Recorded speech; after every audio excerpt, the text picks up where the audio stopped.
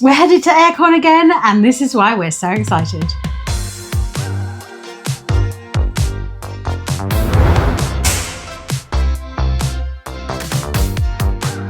Welcome to BoxedMeeples. I'm Julian and this is Libby, and that's right, we are going to one of my favourite conventions. AireCon is held annually in the UK, and for the last few years, we've been going to it. We have indeed. Now, this one is going to be its 10th anniversary. This is the Harrogate one, the sort of original, the OG. There are now some other ones in Manchester, in Telford, at different parts of the year, but this is kind of the main event, the belle of the ball, yes, shall we say. And it has been super fun going for the last few years, and so we can't wait to go again this year. It's crazy to think what started off as a few guys gathered together in a kitchen has now grown into this kind of huge expo. But what's different about AireCon is that it's not like other conventions that we go to.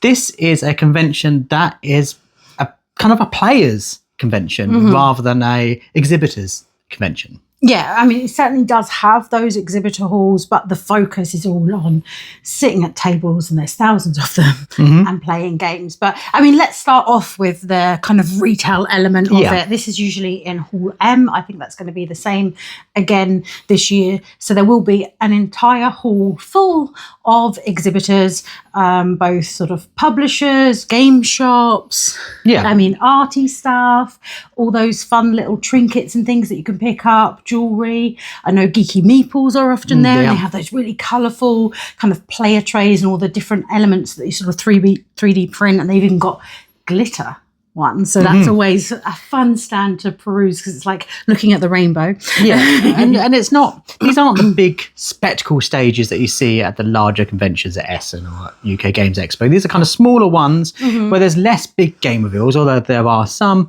but an equal kind of distribution, I think, to independent retailers, to recognisable shops, and some of the bigger publishers do make an appearance too. I think this is the biggest number of exhibitors so far. So I suppose the show is growing and growing as we go along. There will be some sort of key events that I do know of. I know that Ravensburger are going to reveal the new sort of family version of Villainous. Yeah, Villainous Unstoppable. So that's going to be exciting to see, because I've begun to hear noises about that, but haven't actually seen it yet. Yeah, I've seen a front cover, and that's it. I know that Cosmos / Devere are releasing 2 games at the show, actually. So on the Cosmos side of things, Marvelous. So quite a sort of abstract logic, but you're kind of taking that sort of potion explosion with marbles and things, trying to line them up correctly, that sort of idea. And from Devere, Quorum is coming out. So it's a sort of a Roman theme, quite a simple pick up a card, play a card, but some real tactics in terms of how you score there. So both of those will be there with the retailers, but also demoing on stands, and games like Australis will be there that are releasing at UKGE, and I'm sure a lot of the others will be having some of their UKGE releases there for people to demo. We've just come back from a Hachette Games Day, and we've seen quite a few of their releases from the rest of the year, and that's nice at this sort of convention where it is that little bit quieter. You've got time to go around and sort of check out those sort of demos, and then you know what to beeline for when they actually release at another show, be it UKG, be it Essen, whichever. You kind of put it on your wish list early. And there's kind of smaller kind of independent game publishers as well. There's kind of the demo area where people have booked a chance to show off to the large number of people who are attending. Then the attendance has gone up and up and up every year at AireCon. And a lot of these games are often they're prototypes, sometimes in the very early stages, and you are being shown them more often than not by the designers or people very close to the designer, which means they know their game intimately, and often they are kind of up for feedback. So some games that we've seen last year will have progressed this year, but as they approach kind of crowdfunding or some of them have actually successfully crowdfunded that we did play last year, which is fantastic. So it's nice to see that full spread of, you know, the big titles. I know the next chapter of Lorcana will be shown there as well, right the way back to someone who's still working on a kind of paper and pencil grid system to just see if the mechanics of their game actually works. But the main thing, of course, is playing at AireCon. It is indeed. And they have a huge games library. I think there's about 1,000 games or something that they've kind of collected over the years, and it's very much supported by Travelling Man, one of their sort of... They're key sponsors, really. Yeah, exactly. And so you use a system called the G.A.M.E system that you can set up a profile for, log in, and you can check out all these games from the library for free, which is fantastic. Yeah. And you can just, take them along and take them to a table and start playing. Of course, it doesn't stop you from taking your own games along. No. Many people do. But there's such a good selection there to choose from. Yeah, and this game system is kind of key to the whole event, really. So before you go, you need to get registered on that, and you can get access to it through the AireCon website, because that's what allows you to get the games from the library. And obviously you need to give your information to make sure that they come back in one piece. But you're also going to be using this to organise which events you're going to be attending. Yeah, and that goes to any of the bookable events and also some of the bookable tables. So some people will have had tables set out for certain times of the day in order to play test their games. I know for a fact that Paverson have 2 of their unannounced games. So that's super exciting to get games before they've even been announced. They're in their sort of prototype form, and you could have booked the tables. So that we've booked in for both of those, Secret Game A and Secret Game B. It doesn't even reveal what the games are, what the game's name is, or even anything about the game whatsoever. So you're going very much blind into that. Going, I don't quite know what I'm going to be playing here.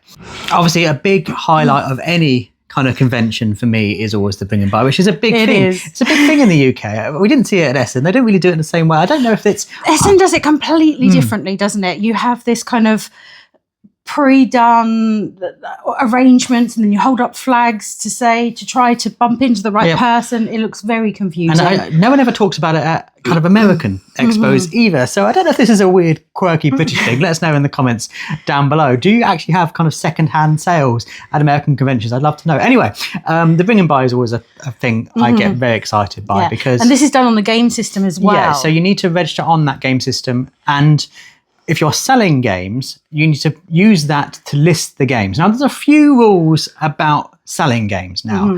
We've seen it go very, very wrong at other expos, where people have bought in literally hundreds of shrink-wrap games and they're using it as a kind of retail service. Yeah, I've seen people literally bring in the supermarket big trolleys. And they're bringing in hundreds. So there was a big clampdown that happened with Games Expo a few years back, which has drip-fed into AireCon as well. So you can only sell 10 games. You have to pre-register them on the game system. You have to specify a price and explain the condition. Next, you need to go and drop your games off with your app. They have to be preloaded on there. They'll give you stickers. You stick them onto the games, then you give them back. That's then when they go in the library. Yeah. So if you haven't done any of that process, turning up with 50 games at the entrance, they will just turn you away. Yeah, and of course it's quite a busy service. So particularly the Thursday night when they first start accepting stuff, first thing Friday morning, first thing Saturday morning, a lot of people are arriving for the first time to the convention. So if you're there at those times, do expect there to be a little bit of a wait, because there's only so many people to be able to process this stuff. You know, you've got to wait your turn and get it all done, and then you can go in and enjoy yourself. Yeah, so your games will be then put into the bring and buy, and if you're obsessive, you can track them on the game system, see what they've sold, see if they're still there, and then at the end of it, you'll go there, collect any unsold games. You have a choice. You can either have the games back with the money for any of your sold games, or you can donate those to a charity sale, and all that money goes to charity. A small commission for the process of listing these, running the bring and buy service will be charged to you, as will a donation. Any that doesn't sell, you get back, and you get the money back in cash. Cash is actually what you also need to buy stuff at the bring and buy. Don't go there with your cards. They can't accept those. So that's another fee that they would have to pay for. And when some of it's going to charity, it doesn't make sense for them to have to take yet another cut. So I think, most of the vendors, most of the, food stands and all of that, they're all going to take cards. So it's not like you have to take tons of cash for the whole show. And I find it's enough for a few bits. That's a good way of limiting what you spend, because you go into the Spring and Buy, there'll be all these games at various prices. And there's going to be Kickstarter versions of stuff in there that's all sort of wrapped together, like 12 boxes. The ones. Yeah. I've talked about Bring and Buy and giving you tips in other videos, but a quick summary. Be strict about what you're comfortable spending, as you would do in any sale. Have a look around. Look on the game app first if you want to, because there'll be multiple copies of the same game. More often than not, different prices. Yes. Often the price will reflect the condition. There's no bargaining here. You can't say, oh, will you take £5 rather than £6? Nope, whatever its sticker price is, that's what you're paying for it. Just go in there and roam. See if there's that kind of hidden gem that you've always wanted that others haven't. That's there for the right price. And you're like, brilliant, this has made my expo. That's what I've always done, because this is going to be the first AireCon that I'm not working. So that's super exciting. I get even more time at tables to play games. Yay. But because of that, I've only ever been able to go into things like the Bring and Buy during kind of a lunch hour or after I finish work, but it's not then yet closed. So I've only ever done that kind of easy breezy, have a sprowl through, find something that was on my wish list ages ago, completely forgotten about, and brought it home. And I've always ended up bringing something amazing home. I think one of the years I brought Wonderland's War back with me. You did, yep. We have had huge successes in the past, but it shouldn't be the thing that determines whether you enjoy the expo or not. Don't go in there going, I haven't got any good bargains. It's a side dish. As much as I do love it, and it's the thing I always talk about. Yeah, we've talked about it for a long time. It shouldn't be the main event. But one thing that we do get to benefit from every day of our lives from AireCon on an annual basis. We do. Are the mugs. The mugs are fantastic. The mugs are great. We've now got 6 at least in the cupboard that haven't broken yet. You buy them from AireCon, and then every time you buy a tea or coffee throughout the event, you get it a bit cheaper. Brilliant. Bring it home. Remember AireCon memories. Yeah. Throughout, and I have quite fun sometimes going, oh, is this, because we always buy our player colours usually, and it's like, oh, is this the shade of blue that we had from 2022 or 2023? But yeah, they are worthwhile if you are a caffeine drinker, if you plan on being there all weekend. And even if you don't, and you're not going to take advantage of the money off element, then it's great as a little memento. Much like a T-shirt. Yes, exactly. Just like a T-shirt. It is I keep saying the negatives and the kind of warnings here. You do have to be aware that this year, more than other years, they are much more concerned about people bringing in external food. Yes, I think the venue have got a little bit more strict on what they want to do. So they've stopped doing the tuck shop that they did do previously, and have been told that everything has to be brought from the venue sites, and that rolls on. We're still allowed the food trucks, and there's going to be loads of food trucks there, and food trucks are amazing, especially if you're wanting to carry on gaming. I mean, gaming goes on till 11 o'clock at night. Yeah.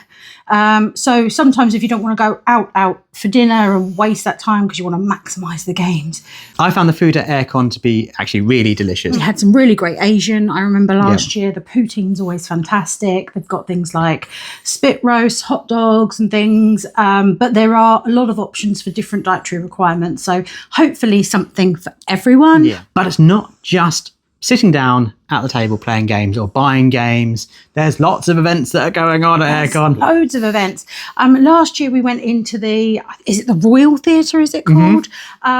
Super snazzy. It's very fancy. Super snazzy, fancy room. It is. They have things like the board game pub quiz, which is always a lot of fun. And one really popular event is the raffle. Now, loads of publishers have been donating games for quite a while now. If you follow them on social media, you would have seen all these posts of all these different games going in. They get split up onto tables, and you buy your tickets to go in for charity. They do manage to raise a lot of money for charity every year. And so it's a really popular thing. It's quite fun with everyone there in the hall and the numbers being called out. I mean, our friend won last year, and I mean, he had enough games to drown in. We did bury him, because it's not just, it's not a case of, oh, well done, you've won Draftosaurus. No. You get literally a table full of games. Full of games, yes. It's a bit ridiculous. And obviously this is all for a great cause, and that is always the thing that's most crowded. Everyone who's come to AireCon on that day will be in that hall, clutching their tickets, crossing their fingers, hoping that they are going to be one of the big winners. Exactly. Yeah, and that's not the only charity event that happens. There'll be Plaid Air Day, so you can come dressed as much like Watch It Played as you possibly can, and you donate yourself £1, and everyone gets their picture snapped, and it's another fun, cheeky charity event. They're encouraging that you wear Watch It Played masks this year, which will be really fun, because that team aren't able to make it this year, which is a real shame. It's a shame, but you know, they'll be there in spirit, I'm sure. And there's all sorts of events. So if you're interested in certain seminars, there's kind of more educational, I suppose, talks where they're talking about different ways, being a good dungeon master, for example. Sometimes they're often talking about game development, and sometimes they're just kind of fun chats. Last year we went to talk about cozy board games. This year there's going to be another talk about critterific games, so that'll be super exciting. We know that Critter Kitchen is coming out, so maybe that will have a little mention or two in there. Tied into that in some way. Going to these is a great way of, one, meeting people, seeing things you wouldn't necessarily see, and often just making friends. And there are spaces available for, if you want to do a social gathering, maybe you've got a group of friends that come from out of the country and you want to have a place where you can play a bigger game, maybe a private game of Blood on the Clock Tower. You can do that as well. Yeah, you can book up one of the suites there that they often have some of the other tournaments in. They do. And there will be various tournaments throughout the event as well. I mean, last year we did quite a few little fun things. I think we did a Star Wars Unlimited tournament there last year, and one of the other AireCon events we certainly did a Crokinole. We did Root. This year there's a Scout tournament. That seems super quick and fun to do. I mean, the Crokinole boards there are amazing. The colours, the detail, the finish look great. Normally provided by Meeplewood. And that's a really fun. I mean, there are some people that know what they're doing, but I think it's the kind of game that you can go in, you get better, you get tips, it's just fun. Just get involved. Yeah, you might surprise yourself. Yeah. You managed to make it to round 2 of Crokinole, despite there being really good people there. And it's just fun to attend these kind of things. Yeah. Of course, Mark from AireCon always runs his beer tasting. So, if you like a little ale, then that's a fun little event to go to off the side, and to learn something new. I always enjoy seeing the games kind of pushed to their illogical limits. So we often talk about Just 100, where huge games of Just 1 happen. We went to Draftosaurus Rex, where crowds of people were playing Draftosaurus, and amazingly the games still work with larger player counts. And they're kind of fun, just weird things to do. I'm pleased to say there won't be a Dodo there this year. No, last year we did do the Dodo tournament between us and some of my colleagues, but not this year. No Dodo this year, and that's not just me making some sort of ruse. No Dodo this year. Please, maybe next year. Please stop asking me if there's going to be a Dodo at AireCon this year. There's no Dodo this year. But yeah, that's it. That's what goes on. That's what we're excited for. Can't wait to get round those halls, get playing some games, meet up with a load of our friends that we know that are going. And it's so great to have an opportunity at a show like this one where we're not all quite as busy as we might be at, say, Essen and UKGE. We can go, right, let's set a time, get a table and all sit down together. So we've got a diary filling up of playing with friends, which is super fun. And I'm, as I said, super excited not to be working, to actually have that table time with everyone. So really excited to... Not so excited for the long drive, but everything else about it. Very excited. If you have any questions, you've been now many years. Yeah, I'm not sure, 3, 4, something like that. So please ask us in the comments below if you've got any questions. I know lots of people are worried about if they go alone, is that is that worth doing? There's lots of mechanisms in we place. haven't mentioned that if you're maybe even if you're just a couple and you want to play a bigger play count, they do have the lightsaber systems. You can go pick up the lightsabers, pop them on the table, and it lets everyone know that you're looking for some more players to join you. So many people do that, and everyone, if they put that up there, let's face it, they want people to come up to them. So please don't be shy about doing that. But like I said, if you've got any questions at all and we can try and answer them, please put them in the comments down below. Yeah, obviously, and of course, if you're going, we would love to say hi to you. Yeah. So do come up and say hi to us. We will be doing filming every single day when we're there, and I always will try to get them up overnight too. So if you can't attend, you'll be able to see all the madness that happens. So make sure you are subscribed. Obviously set the notifications to on round about that time, or just leave it on. So you'll see those videos as they go live. Tends to be round about 7, 8 in the morning, sometimes in the middle of the night. Depends how much sleep I need. How much prep you get in the day while someone else is setting up the game. Yeah. But that's all from us today. Yeah. We hope to see you at AireCon if you're going, and if not, join in and watch us at the show. Thanks for watching. Bye.